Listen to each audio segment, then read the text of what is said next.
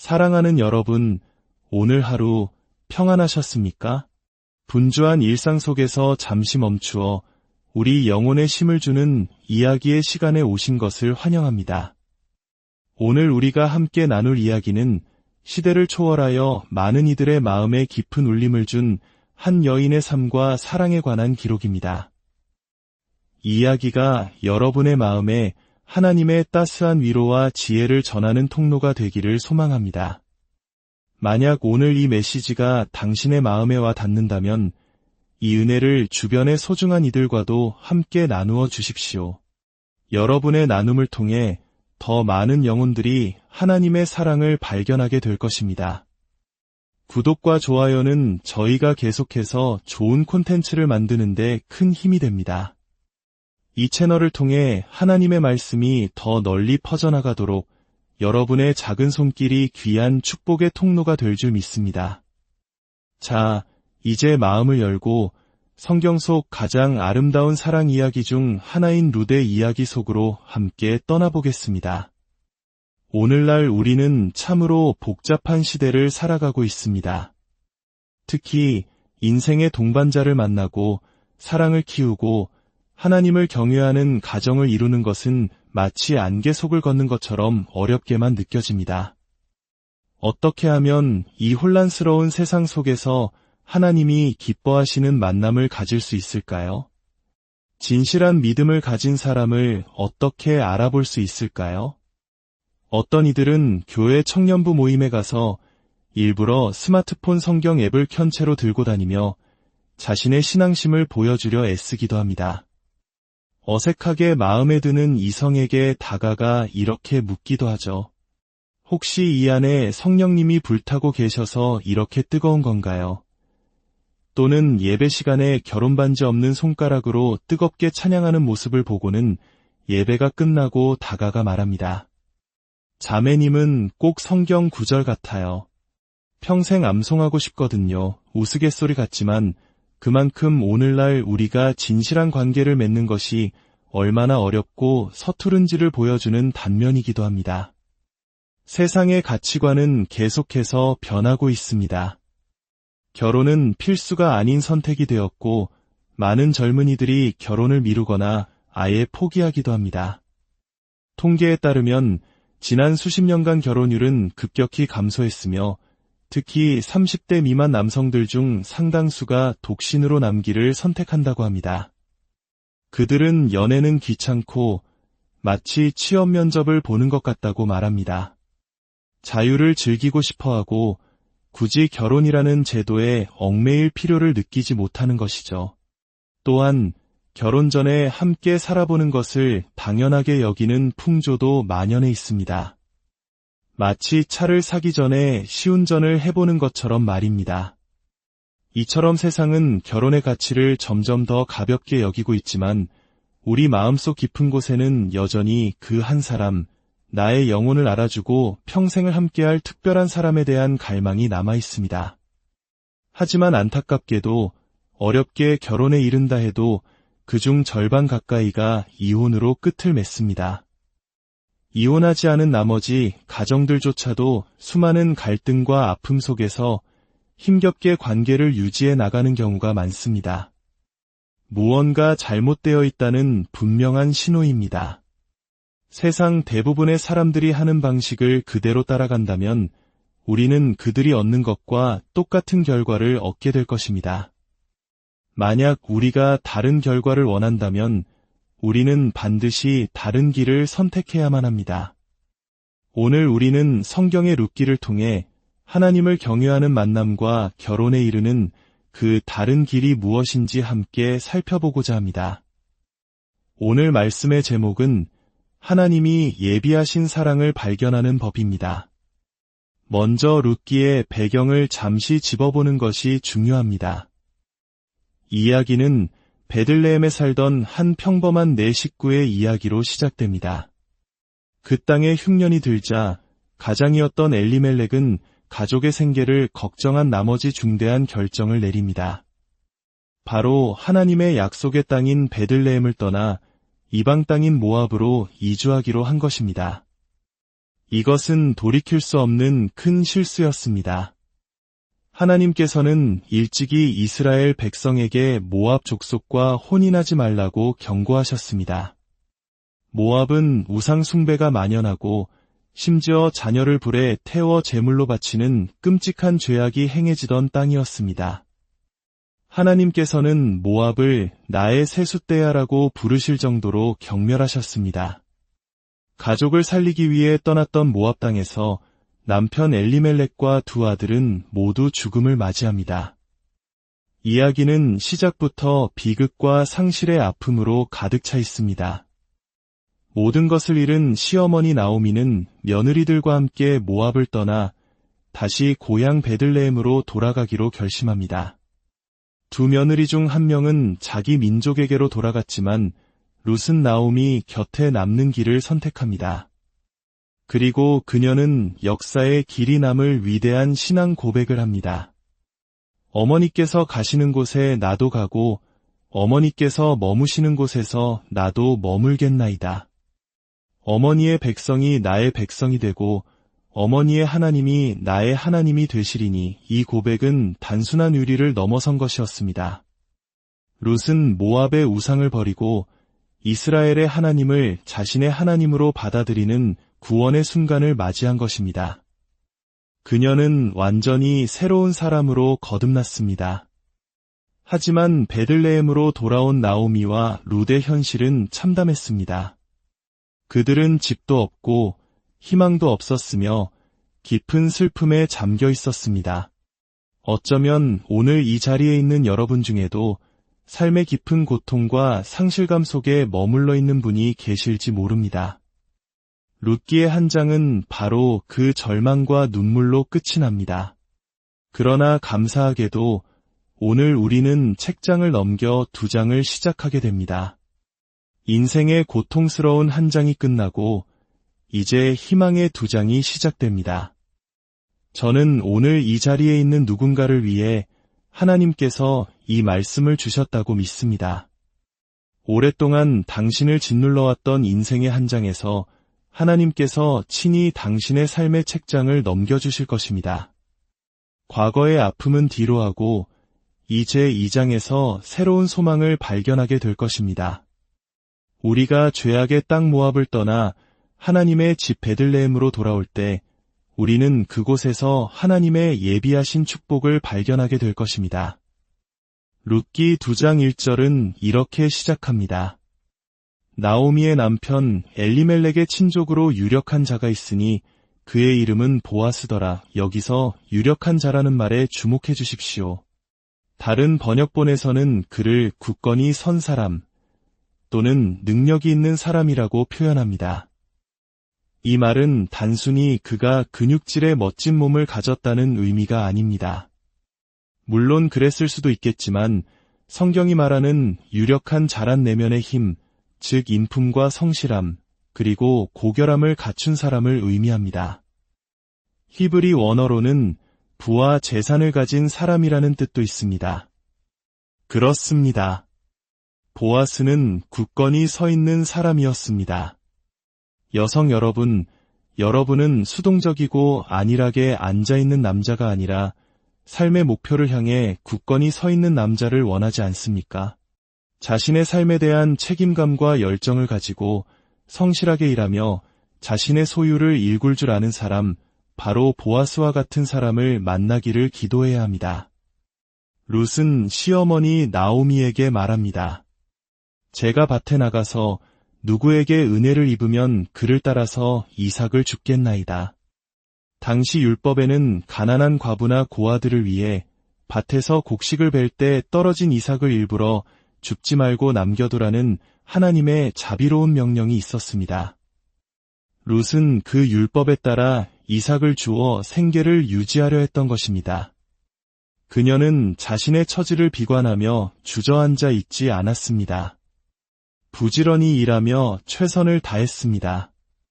그리고 바로 그때 놀라운 일이 일어납니다. 3절은 이렇게 기록합니다. 룻이 가서 베는 자를 따라 밭에서 이삭을 줍는데 우연히 엘리멜렉의 친족 보아스에게 속한 밭에 이르렀더라. 우연히. 성경은 우연히 그 밭에 이르렀다고 말합니다. 여러분, 우연이라는 단어는 마치 우리에게 윙크를 하시는 하나님의 사인과도 같습니다. 룻기 전체를 살펴보면 홍해가 갈라지거나 하늘에서 불이 내려오는 것과 같은 초자연적인 기적은 나타나지 않습니다. 하지만 우리는 룻기 전체를 통해 흐르는 하나님의 초자연적인 섭리를 발견하게 됩니다. 하나님의 섭리란 하나님께서 지극히 평범하고 자연스러운 상황들을 사용하여 그분의 놀랍고 위대한 계획을 이루어 가시는 방식을 말합니다. 마치 우연히 어떤 장소에 갔다가 우연히 어떤 사람을 만나고 그 만남이 우연히 또 다른 일로 이어져 결국에는 하나님의 놀라운 축복으로 연결되는 것과 같습니다. 로마서 8장 28절은 말씀합니다. 우리가 알거니와 하나님을 사랑하는 자 곧 그의 뜻대로 부르심을 입은 자들에게는 모든 것이 합력하여 선을 이루느니라. 여러분의 고통스러운 인생 한 장조차도 기쁨으로 가득할 두 장조차도 하나님께서는 그 모든 것을 사용하셔서 당신을 위한 선한 계획을 이루어 가십니다. 룻이 우연히 보아스의 밭에 이르게 된 것은 결코 우연이 아니었습니다. 기억하십니까? 한 장에서 시어머니 나오미는 룻을 위해 이렇게 기도했습니다. 여호와께서 너희에게 허락하사 각기 남편의 집에서 위로를 받게 하시기를 원하노라. 나오미는 기도했고 하나님은 그 기도를 들으셨습니다. 여러분이 하나님께 기도할 때 그분은 언제나 듣고 계십니다. 여러분이 관심을 갖는 것에 하나님도 관심을 가지십니다. 여러분이 부르짖을 때 하나님께서는 우연을 가장하여 당신의 삶에 나타나십니다. 그러므로 아직 미혼이라면 미래의 배우자를 위해 기도하는 것은 정말로 지혜로운 일입니다. 부모라면 자녀의 미래 배우자를 위해 기도하는 것이 정말로 중요합니다. 우리가 기도할 때 하나님께서는 우연처럼 일하시고 오직 그분만이 하실 수 있는 놀라운 일을 행하십니다. 룻은 그저 묵묵히 자신의 자리에서 책임감 있게 일하고 있었습니다. 바로 그때 보아스가 밭에 도착하여 일꾼들에게 인사합니다. 여호와께서 너희와 함께 하시기를 원하노라. 보아스의 첫 마디를 보십시오. 그는 자신의 사업장에서 가장 먼저 하나님의 이름을 부르며 직원들을 축복합니다. 이것을 통해 우리는 그가 어떤 사람인지 알 수 있습니다. 그는 사람들에게 친절한 리더이며 그의 삶의 중심에 하나님이 계신 사람입니다. 만약 여러분이 진실한 그리스도인 배우자를 만나기 원한다면 이 점을 기억하십시오. 대화를 시작한 지 얼마 되지 않아 그 사람의 입에서 예수님이나 하나님, 교회 혹은 신앙에 대한 이야기가 전혀 나오지 않는다면 그 사람은 당신이 기대하는 만큼 신앙에 열정적인 사람이 아닐 가능성이 높습니다. 사람은 자신이 가장 가치 있게 여기는 것을 먼저 이야기하기 마련입니다. 보아스는 제사장도 선지자도 아니었습니다. 그는 평범한 사업가였습니다. 하지만 그는 자신의 일터를 사역의 현장으로, 즉 선교지로 삼았습니다. 이것은 우리 모두에게 중요한 교훈을 줍니다. 반드시 목사나 선교사가 되어야만 사역을 할 수 있는 것이 아닙니다. 여러분의 학교, 직장, 가정이 바로 여러분의 선교지입니다. 하나님을 섬기던 보아스는 우연히 룻을 발견하게 됩니다. 그가 룻에게서 발견한 것은 무엇이었을까요? 솔직히 말해 룻의 조건은 오늘날의 기준으로 보면 결코 이상적이지 않았습니다. 그녀는 이방 민족인 모압 출신이었고 한때 우상을 섬겼습니다. 남편과 사별한 과부였고 집도 없이 가난했으며 심지어는 까다로운 시어머니까지 모시고 있었습니다. 그녀의 과거는 복잡했습니다. 하지만 룻은 자신의 과거가 현재와 미래를 규정하도록 내버려 두지 않았습니다. 사랑하는 여러분, 절대 당신의 과거가 당신을 향한 하나님의 위대한 계획을 가로막도록 허락하지 마십시오. 당신의 과거의 실수가 당신을 향한 하나님의 구원과 회복의 역사를 막을 수 없습니다. 하나님은 당신의 상처 입은 과거조차도 들어 사용하여 비슷한 아픔을 겪는 다른 이들을 위로하는 도구로 삼으실 수 있습니다. 보아스는 그런 룻에게서 빛나는 무언가를 발견했습니다. 그것은 바로 그녀의 내면이었습니다. 첫째, 그녀는 하나님께 신실했습니다. 둘째, 그녀는 가족에게 헌신적이었습니다. 셋째, 그녀는 성실한 일꾼이었습니다. 넷째, 그녀는 도덕적으로 하나님을 경외하는 삶을 살았습니다. 당시의 많은 과부들이 생계를 위해 매춘으로 내몰렸지만 룻은 세상의 방식을 따르기를 거부하고 땡볕 아래서 땀 흘려 일하는 길을 택했습니다. 다른 결과를 원한다면 다른 사람이 되어야 합니다. 하나님을 경외하고 사람들에게 신실하며 성실하게 일하고 거룩한 삶으로 하나님을 기쁘시게 하는 사람이 되어야 합니다. 보아스는 그런 룻에게 다가가 말합니다. 내 딸아 들으라. 다른 밭으로 가지 말며 여기서 떠나지 말고 나의 소녀들과 함께 있으라. 내가 소년들에게 명령하여 너를 건드리지 말라 하였느니라. 목이 마르거든 그릇에 가서 소년들이 길어온 것을 마실지니라. 보아스가 룻에게 보여준 행동에서 우리는 하나님을 경외하는 남성의 모습을 발견합니다. 첫째, 그는 그녀를 존중했습니다. 둘째, 그는 그녀를 보호했습니다. 셋째, 그는 그녀의 필요를 채워주었습니다. 넷째, 그는 그녀를 위해 기도하고 축복했습니다. 그는 룻이 다른 남자들로부터 부적절한 대우를 받지 않도록 보호했고 그녀의 목마름까지 세심하게 챙겼습니다. 그리고 이렇게 기도합니다. 내가 행한 일에 여호와께서 보답하시기를 원하며 이스라엘의 하나님 여호와께서 그의 날개 아래에 보호를 받으러 온 내게 온전한 상 주시기를 원하노라. 이것이 바로 당신이 찾고 기도해야 할 배우자의 모습입니다.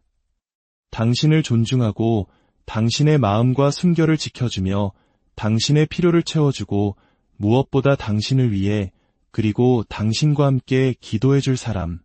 그리고 이야기는 더욱 감동적으로 이어집니다. 식사 때가 되자 보아스는 룻을 자신의 식탁으로 초대합니다. 그리고 구운 곡식을 주었는데 룻이 배불리 먹고도 남았다고 성경은 기록합니다. 배불리 먹고도 남았더라. 이것이 바로 우리 하나님의 성품입니다. 그분은 우리의 모든 생각과 구하는 것에 넘치도록 채우시는 분입니다. 우리의 필요를 채우실 뿐만 아니라 우리의 기대를 훨씬 뛰어넘어 하늘의 신령한 복으로 우리를 축복하시는 분입니다. 이야기는 세상이 말하는 가벼운 만남과는 근본적으로 다릅니다. 이는 서로의 인격과 신앙을 존중하고 하나님의 인도하심 안에서 서로를 세워주는 거룩한 관계의 시작을 보여줍니다. 이제 잠시 멈추어 이 이야기의 더 깊은 영적인 의미를 묵상해 봅시다. 어떤 의미에서 우리 모두는 룻과 같습니다. 그녀는 이방인 모압 여자였고 하나님 앞에 죄인이었습니다. 우리 모두는 하나님을 떠나 죄 가운데 살았던 죄인들입니다. 그녀는 아무것도 가진 것 없이 빈손으로 왔습니다. 우리 또한 하나님 앞에 내세울 것 하나 없는 존재들입니다. 그녀가 받은 모든 좋은 것들은 보아스의 밭에서 주운 것들이었습니다. 우리가 가진 모든 좋은 것들 또한 사랑과 자비와 은혜의 하나님으로부터 받은 선물입니다. 그리고 보아스는 룻을 그녀가 기대했던 것 이상으로 축복했습니다. 우리의 하나님 또한 우리가 받을 자격이 없는 놀라운 은혜로 우리를 축복하십니다. 우리의 모든 죄를 덮는 그분의 은혜, 우리를 새롭게 하시는 그분의 능력, 인간의 이해를 초월하는 그분의 평강으로 우리를 축복하십니다. 보아스는 룻을 자신의 식탁으로 초대했습니다. 마찬가지로 예수님께서는 우리를 그분의 식탁으로 초대하십니다. 그리고 그곳에서 빵과 포도주, 즉 우리를 위해 찢기신 그분의 몸과 흘리신 피를 내어주십니다. 그 십자가의 보혈로 말미암아 우리의 과거가 어떠하든지 우리는 완전히 새로운 피조물로 거듭날 수 있습니다. 만약 당신이 여전히 인생의 한 장에 갇혀 있다면 이제는 변화해야 할 때입니다. 죄악의 땅 모압을 떠나 하나님의 집 베들레헴으로 돌아와야 할 때입니다. 당신이 모압을 떠날 때 베들레헴에서 하나님의 예비하신 축복을 발견하게 될 것입니다. 마음의 상처와 아픔 속에 갇혀 있다면 오늘 하나님께서 당신의 삶의 페이지를 넘겨주실 것입니다. 중독의 문제로 고통받고 있다면 당신이 부르짖을 때 하나님께서 그 페이지를 넘겨주실 것입니다.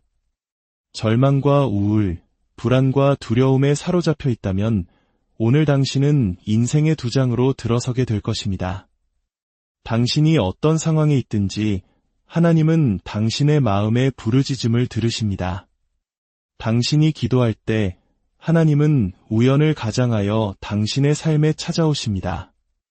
그분의 놀라운 섭리로 평범한 상황들을 사용하여 당신을 위한 신성한 목적을 이루어 가십니다. 당신이 오늘 우연히 이 말씀을 듣고 있는 것이 아닙니다. 하나님께서 당신의 믿음을 세우시기 위해 당신의 인생에 새로운 두 장을 열어주시기 위해 바로 오늘 이곳으로 당신을 인도하셨습니다. 하나님은 여기 계십니다. 당신과 함께 계시며 당신을 위하십니다. 모두 눈을 감고 잠시 기도하겠습니다. 혹시 지금 인생의 한 장에 갇혀 하나님의 새로운 역사를 간절히 기다리는 분이 계십니까? 하나님께서 내 삶에 새로운 일을 행하시기를 원합니다. 하나님의 기적이 필요합니다. 라고 고백하는 분이 계시다면 조용히 손을 들어주십시오. 하나님 아버지, 지금 주님 앞에 손을 든 사랑하는 당신의 자녀들을 위해 기도합니다. 인생의 한 장에 갇혀 고통받는 이들의 삶에 성령님께서 친히 찾아가 주시고 놀라운 일을 행하여 주옵소서. 오늘 믿음으로 두 장을 선포하는 모든 이들의 삶에 주님의 새롭고 놀라운 역사가 시작되게 하여 주옵소서. 아직 예수님을 구주로 영접하지 않은 분이 계십니까? 여전히 모압에 머물러 죄의 짐에 눌려있는 분이 계십니까? 우리 모두는 죄인입니다. 하나님의 거룩한 기준에 미치지 못하는 존재들입니다. 우리는 스스로의 힘으로는 결코 하나님께 나아갈 수 없습니다. 그러나 하나님께서는 그런 우리를 사랑하사 독생자 예수 그리스도를 이 땅에 보내주셨습니다. 죄 없으신 예수님께서 우리의 모든 죄를 짊어지시고 십자가에서 죽으시고 사흘 만에 부활하심으로 우리에게 구원의 길을 열어주셨습니다. 이제 우리가 할 일은 죄악의 땅 모압에서 돌아서는 것입니다. 그리고 베들레헴, 즉 주님께로 나아가는 것입니다. 예수님, 저는 죄인입니다. 저의 죄를 용서하시고 저의 삶의 주인이 되어 주십시오 라고 부르짖을 때 그분은 당신의 기도를 들으시고 모든 죄를 용서하시며 당신의 인생에 새로운 장을 열어주십니다. 과거는 지나갔으니 보라 새 것이 되었도다. 오늘 우연히 이 말씀을 듣고 있는 당신의 삶에 우연히 놀라운 변화가 일어나기를 축복합니다. 우리 다 함께 기도합시다. 하늘에 계신 아버지, 저의 모든 죄를 용서하여 주옵소서. 예수님, 저를 구원하여 주시고 성령으로 저를 채워주사 주님을 알고 주님을 섬기며 남은 평생 주님을 따르게 하옵소서. 제 삶은 더 이상 제 것이 아니요 온전히 주님의 것입니다. 새 생명 주심을 감사드립니다. 이제 모압을 떠나 베들레헴으로 나아갑니다. 저의 모든 삶을 주님께 드립니다. 예수님의